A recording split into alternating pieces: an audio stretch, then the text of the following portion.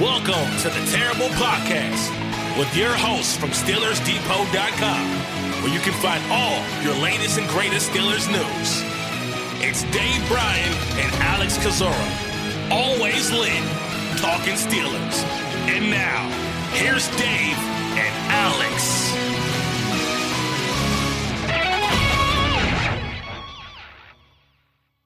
Welcome to the Terrible Podcast, another special edition of the Terrible Podcast, Pittsburgh Steelers Training Camp 2022. I am Dave Bryan. It is August the 15th. It is almost 8:30 Eastern time, and back from Latrobe once again, Saint Vincent College, Alex Kozora, after watching the Steelers Monday camp practice, their first one since their preseason game on Saturday night.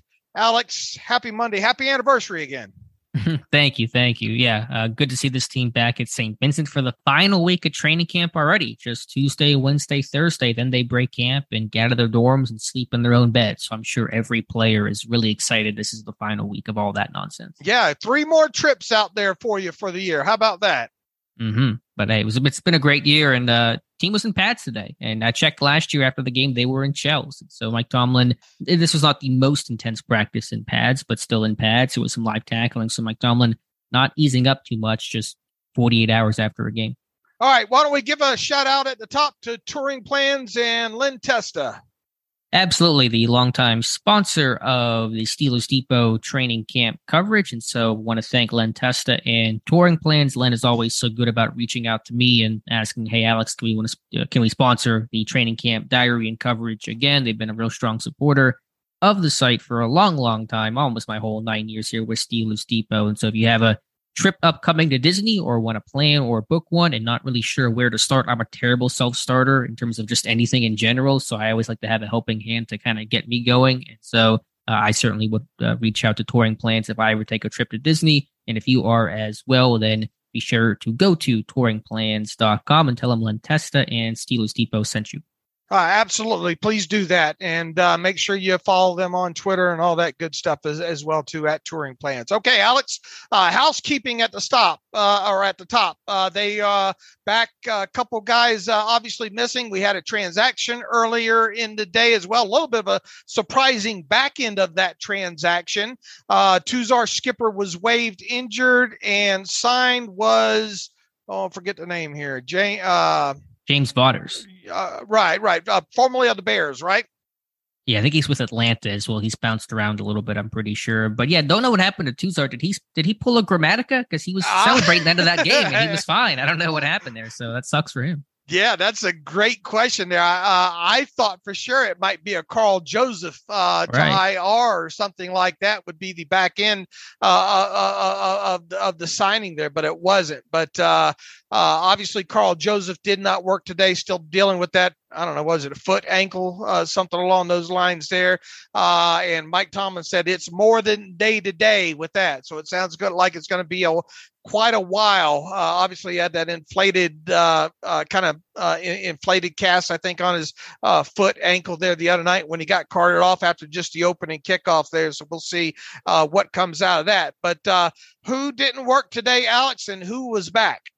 Fairly long list of housekeeping today. Not practicing included Derek Watt, Alex Highsmith, Benny Snell, Chaz Green, Calvin Austin, Miles Boykin, Anthony Miller, Carl Joseph, as he mentioned, Marcus Allen, and Montravius Adams, Zach Gentry, Chase Claypool, Najee Harris, Kevin Dodson, Jannard Avery worked full today. And so Harris, first time in team since the first day of pads came on. Kevin Dodson coming back from that right foot ankle injury, so that's good news there. Did not even see Austin nor Miller today, so we'll keep an eye on that for tomorrow. Snell went through stretch line, looked to be okay. That knee injury appears to be minor. All right, and a lot of those guys back in pads, right? Yeah, all those guys that returned full, Gentry, Claypool, Harris, Dotson, Avery, all in pads. Witherspoon and Casey, who both got dinged in the game, they practiced in full. Tyson Alu was in full beyond 7 shots. He worked in all the team sessions. And Miles Killebrew did appear to be limited in pads, did work in special team sessions, but not in teams. So he's kind of been up and down, but not all the way back, apparently. as far as this goes with the health of the team going into a second preseason game, the way the kind of the cycle goes in this, you have players out, you have some come back, you lose. It's shaping up to be at least it's still early, still got a couple practices to go, but it's shaping up to having probably a lot of guys see their first action in the second preseason game. Yeah, I think so. I mean, Claypool and Dotson and, Harris, will he work? I'm not sure, but those guys will be healthy. Same with Gentry, same with Avery. If this is the tune-up game, then you'll see guys like Pat Frymuth. I think you would see a Deontay Johnson in this one as well to catch some passes from Mitch Trubisky before the week one opener against the Bengals. We'll see on, some of the guys that I didn't see today. I know that Calvin Austin has not played in the game yet. Same with Anthony Miller, so don't know the status there. Adams was on the field today. Didn't see anything around that injured ankle, so hopefully that's relatively minor overall. And then one in practice injury, Kendrick Green, kind of a weird one. First play, 7 shots, hurts his left hand or left wrist, goes up the stairs into the facility, which usually means you're done for the day if you're going all the way up there. Came back about 10 minutes later and finished practicing team. So whatever they did, maybe an x-ray, I have no idea. Came back clean. So a bullet dodge there for Kendrick Green. Okay, I guess we'll start going through position by position group here, and a little bit of a shakeup, I think, with the order of the quarterbacks today, right? Yeah, it was Kenny Pickett running ahead of Mason Rudolph the entire practice. So Trubisky 1, Pickett 2, Rudolph 3, and then it was Trubisky and Pickett working the 2-minute drill. I thought that might have been for the first time where Pickett ran ahead of Rudolph the entire day. I know they rotated in the past, but I checked on day 5. It was Pickett also ran ahead of Rudolph the entire time. So that is not a brand new thing, although I'll be keeping a close eye on that for tomorrow to see what the rotation looks like, if there's any sort of change, or if Pickett remains as the number 2, which would be a first to do that on consecutive days. 2-minute drill, defense won that overall. Mitch Trubisky went, let me get the numbers here, 4 of 10 for 39 yards, incompletion on 4th down to Deontay Johnson at the defense's 14, ended that drive. Pickett 2 of 3, 18 yards, and threw a pick to Arthur Millette. I did think Pickett had a really high-level play on a boot to the right. It's a low-high read. First reads the flat, second reads his corner out to the right side. Both were covered. He comes back and works the third progression, the backside crosser, and hits Tyler Snead for 10, 15 yards. So certainly the game's slowing down for Kenny Pickett, and you would imagine after being inside a stadium, training camp feels a lot slower, a lot easier to process. But I thought overall, the interception aside, a good day for Kenny Pickett. All right. Did Tomlin kind of play with the order there at certain points of practices? Is there anything to read into this today? The only thing he did different during let me get the right session here, second team session, so the first team after 7 shots, the backup started. They were getting the initial reps in that session. So Jake Dixon in at left tackle, Chris Owens right guard, Mason Rudolph, the number 3 quarterback today at quarterback. That was a live tackling portion for the first 4 plays. So I think Tomlin wanted to bring the backups in, have those guys tackle. Then he brought in the starters, the first string, and they were just doing thud tackling. From there, I feel like kind of the theme of the day was to give backups more chances in O-line, D-line. It was predominantly backup offensive lineman, defensive lineman getting work there. A lot of guys who either didn't play at all or played very few snaps in the Seahawks game. I think getting a longer look today, also preserving some of the first stringers as well, I'm sure. So it kind of had an overall theme of backups getting more chances today. I won't hold you to this unless you're wrong, but with several days, I like that little It's my go-to, the little Alex half chuckle. That's something my wife would do, something I say. But who's going to be the second quarterback in the game against the Jaguars? Let me tell you tomorrow. If it's still Kenny Pickett running second string, I'll say Pickett. If it's Rudolph back, I'll say Rudolph, but I'm not sure is the answer there. All right. Overall, that's probably a wife answer right there. Yeah. Just real quick, I think one reason why the backups probably got a lot of look today was because you got cut down day tomorrow. So last chance here for some of these guys to try to state their case. Pittsburgh's got to go 90 to 85. They usually do that right after practice because it's a 4 p.m. cut line. And so some guys will come off the field and the Turk will come up and say, hand in your playbook. Right. And a lot of teams already make their cuts, but the Steelers wait until the last second. They always do. You see all these teams around the league already announcing their cuts today. And I guarantee you we won't know. A few of them might leak out tomorrow afternoon, but we're not going to know about a lot of these guys until right till cut down time. Overall, real quick. Can I take you down a rabbit hole for just 2 minutes? Sure. How does Pittsburgh get away with that? Because their practices end after 4 p.m. and it's supposed to be a 4 p.m. deadline. How do you cut players who are still on your field practicing at like 4:03 p.m.? Yeah, I don't know. Unless you have the paperwork already, I don't know. I guess maybe I don't know how they set that up, but that's a curiosity because Pittsburgh usually waits until that practice is over, just in case of injury or whatever else may happen. That's a good point. I'll have to go back and look how it was, how it was last year with that. I know it was after practice. I'm like 98% sure it was a post-practice cut announcement, but yeah, I don't know what time practice was later last year. I don't know. They probably have those things queued up, ready to go, Right, but I mean, it's technically after 4, and you have to submit that by 4 because that's when the league office closes. So I don't know. I don't know how that works. Anyway. Oh, all right. Running back. Obviously, the line. Najee Harris back doing a lot today, wasn't he? Yeah, no, was not tackled, but he worked full. He worked in team for the first time since that first day of padded practice when he injured his foot on his first carry of the post 7 shots team session. So good that he's back full. And, it was a fine day, nondescript day overall for Najee Harris, but just to see him out there is kind of that exclamation point of I'm 100% ready to go. Then Jaylen Warren, though, getting a lot of time with the first team today, especially in 7 shots and some of the earlier sessions, even running ahead of Anthony McFarland at times. And so Jaylen Warren, the fumble aside, certainly played well against Seattle and getting a lot of first-team chances because of it. Do you think that he will play on against the Jaguars? Najee? Yeah. I don't think so. I think Pittsburgh's going to – there's no need to. Najee's in great shape. He's good to go. I wouldn't risk it. All right. Tight end lines back to full strength, right? Yeah, everyone back. So that's Freiermuth and Gentry and Hayward and Rader and Sternberger. Pat Freiermuth had a couple of nice catches, kind of Trubisky's favorite target in the 2-minute drill. I think he had maybe 3 catches for 30-something yards overall. So good to see that from Freiermuth. Connor Hayward, nice out and up catch on Trey Norwood and some one-on-one action there. Did run kind of a poor route that Minkah Fitzpatrick undercut and picked off earlier in that one-on-one coverage session. But Freiermuth, to me, making the plays today, and also downfield, a couple of hank routes over the ball routes over the middle, but some seam balls as well, which is always good to see. Okay, anything stick out other than that with the tight end group? No, that's pretty much it overall. I mean, they're generally a more quiet group. They did run a tight end screen to Zach Gentry today, but that was about it.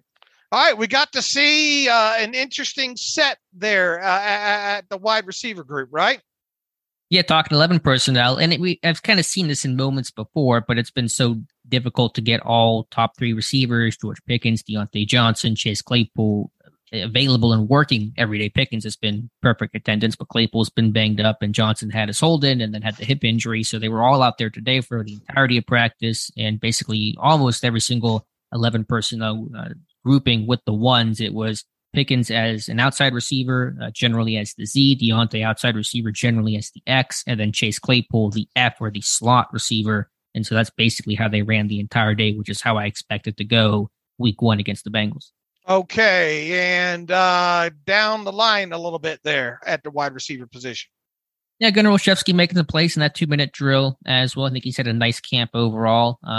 Beyond that, probably not a ton to note. Steven Sims had a good track of the football on a one-on-one session down the left sideline against, I think there might have been Lyndon Stevens. I have to go back and check my notes on that. But it actually was Lyndon Stevens' stop and go. It was a really good rep there by Steven Sims, who's having a nice last week and a half of practice and a good game, to my mind, at least. PFF apparently disagrees, but Sims, I thought, did well against Seattle, and so he's trying to push for that practice squad spot. I wonder what it was that they dinged him for, Yeah, do we know it was definitely an offense, not a special teams grade? Was that grade? Well, I mean, that's an offensive grade. They have special teams for special teams, Okay. All right, so I am not sure then. Yeah, I don't know. I might reach out to Andrew Shaver. He does work for them now and all, and see if he's got any insight on that overall. Okay, yeah, that sounds good. I know there was one release that he won inside, then he stumbled, but I don't know how much they're dinging him for that. I genuinely do not know. Okay, let's see. Offensive line, anything? You could tell a lot on you watched the all 22, and then you probably go back out there to practice, and you probably think, "Oh Lord, I can't see anything." Yeah, it's not always the best view in terms of the team stuff, but watching O-line, D-line to me is always more relevant and more impactful than watching some of the 7-on-7 type stuff. J.C. Hassenauer's had some good reps. I mean, he either wins early or he doesn't win at all. Like, he's got some really good quickness and a good strike overall, but whenever guys get into his pads, and he's got some issues in terms of the strengths and not the most, laterally athletic guy overall. Kendrick Green was running first team left guard, even with Kevin Dotson back. And then once Green returned from that, apparently minor injury, they rotated the rest of the way. So that battle remains ongoing. Although I think we both agree Dotson is the better scheme fit for this offense. Yeah, I believe that as well too. How much work did the third team guys get today? A fair amount. Like I said, O-line, D-line, it was basically those guys until the last 5-6 reps. It was the third stringers like Jake Dixon and Chris Owens and Nate Gilliam and those guys getting some of those one-on-one chances. And then, like I said, on that second team session, the live tackling, that was third string in to get some extra reps there. So they worked a fair amount today.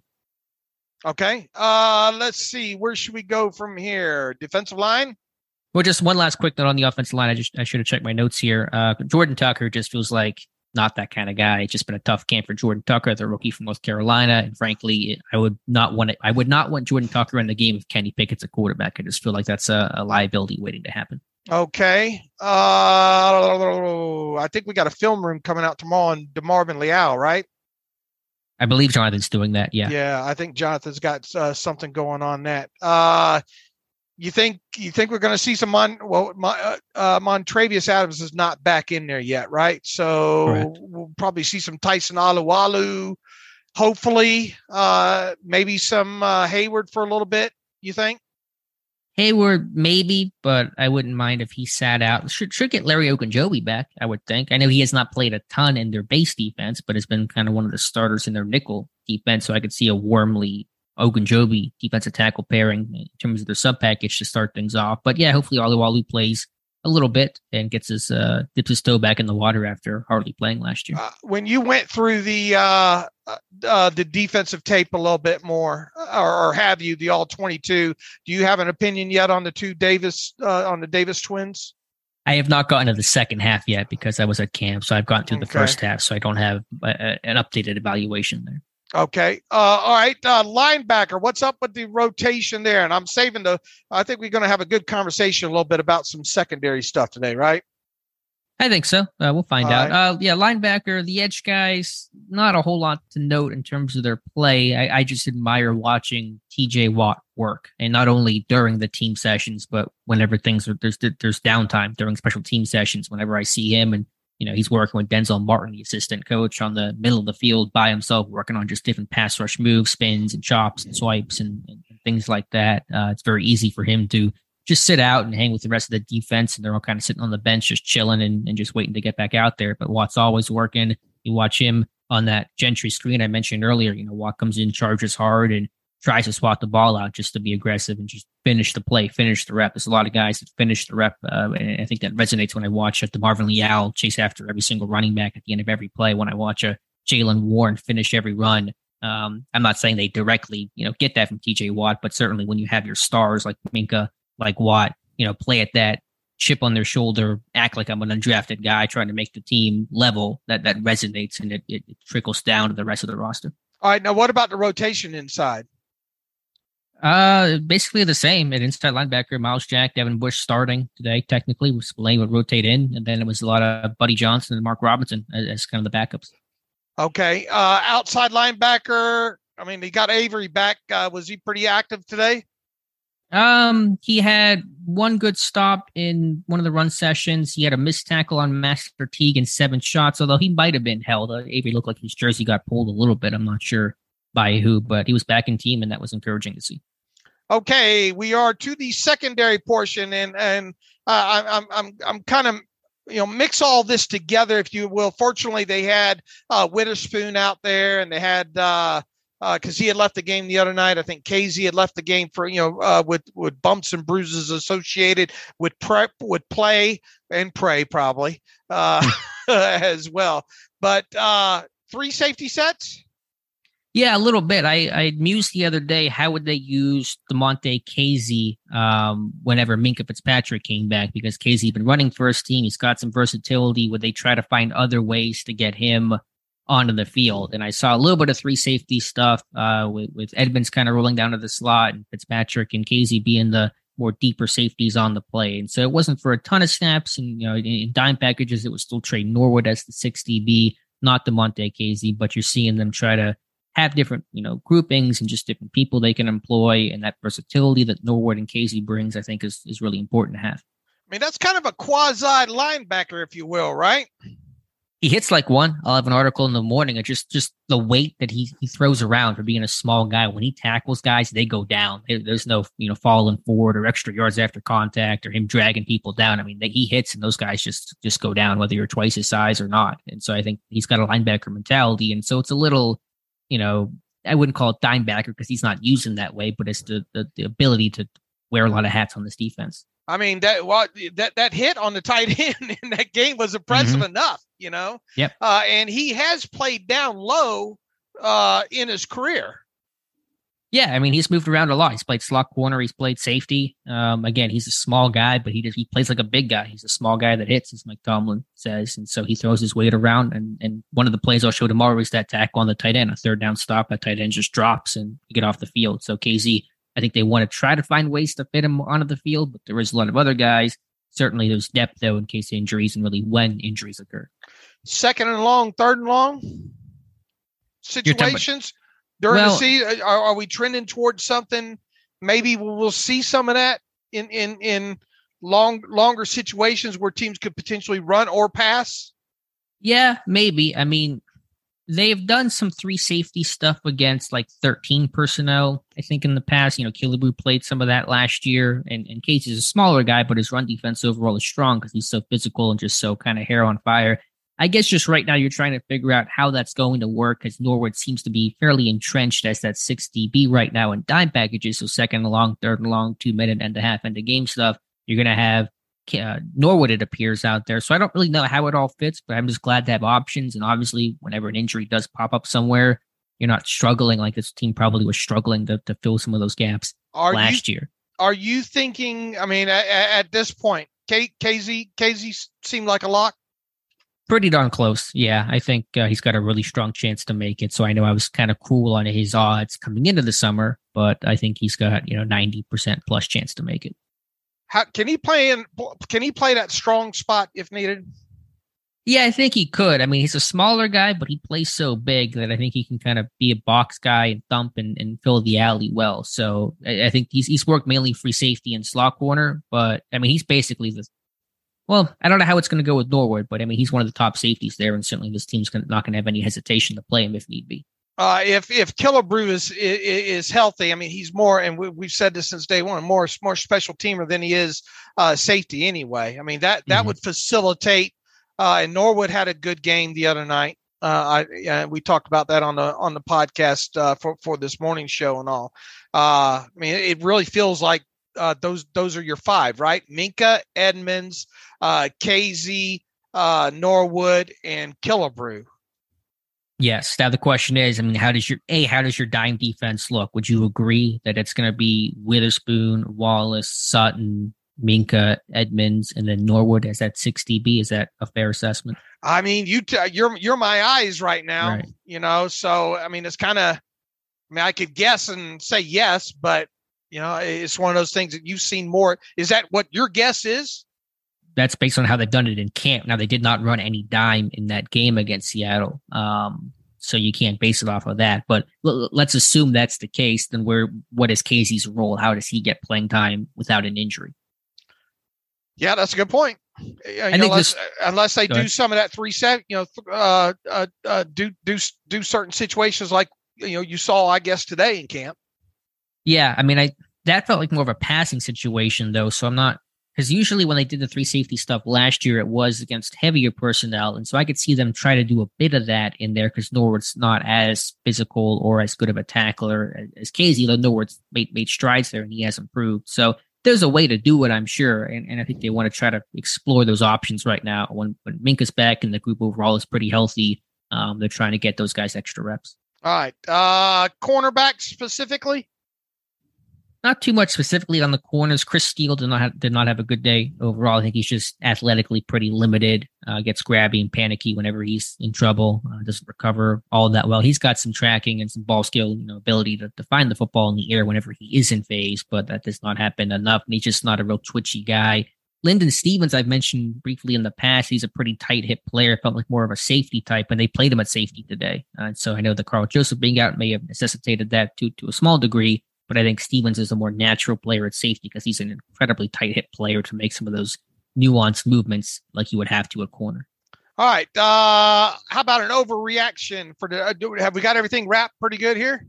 Let me check my notes. Yeah, I think that wraps it up pretty well. Liao looked good in some of the one-on-one type stuff. He's got a lot of moves, whether it's, bull, whether it's cross chop, spin. He's got that really good ice pick to finish off the spin move that Mike Tomlin's talked about. But that's probably it. Overreaction. I don't know if I really have one overall. You gotta have one. It's a must. It's a must. Jalen Warren getting work with the first team. I had my roster prediction go up today, and I had McFarland over Warren, and that battle is going to probably rage on until the end. But would you go Warren over McFarland? Kind of, where do you sit at, Dave? Put Mike Tomlin in those words about putting the football on the ground. I think he's got to make sure. I think it's plausible for sure, but not if he's going to keep putting the football on the ground. If he takes care of the ball the rest of the camp, I know we're projecting a bit, but if he does that, does he make the team over McFarland? Or you could argue, many people have argued that Snell's the odd man out here. Man, I think we'd have to see a lot more from him on special teams. I guess it's not unthinkable, but I still live in the world that I think Mike Tomlin really loves him some Benny Snell. So I would think McFarland's job would be more at risk than, let's put McFarland in. Let's get McFarland picking up some blitzes like Warren did the other night, Mm-hmm. Yeah, I think Warren's done a really nice job in pass pro ever since the first backs on backers, and McFarland is not nearly as suited to do that kind of stuff. All right. Who won the day, offense or defense? Who won the day overall? I would say defense. I think they won 7 shots. It was a really controversial. 7 shots has been so controversial this year. I'm so frustrated by it. It was tied 3-3 to the final play. A quick slant from Rudolph to Cody White. I'm pretty sure he was short. Both sides tried to argue their case, but I'm pretty sure the defense won that 4-3. So they're having their lobster and steak tonight. Ooh. And then defense getting their both stops in 2-minute drill. So I think that's an overall pretty clear win for the defense. All right. Shall I get you out of here so you can eat your lobster and steak? Yeah, my Lunchable would probably be having. You're not a Lunchable guy. That was before your time or after your time. They made them. We couldn't afford them. We had government cheese in the house, So, I think Lunchables are government cheese in disguise with a little fun Capri Sun. It might be. We couldn't afford it because we had to drink Czech Cola too. And I don't know if you know what Czech Cola is. It used to be like a Winn-Dixie brand of like a knockoff cola, if you will, there. But anyway, enough of my sad stories for another day there. So in the meantime, you can follow me on Twitter at Steelers Depot. Follow Alex on Twitter at Alex_Kozora.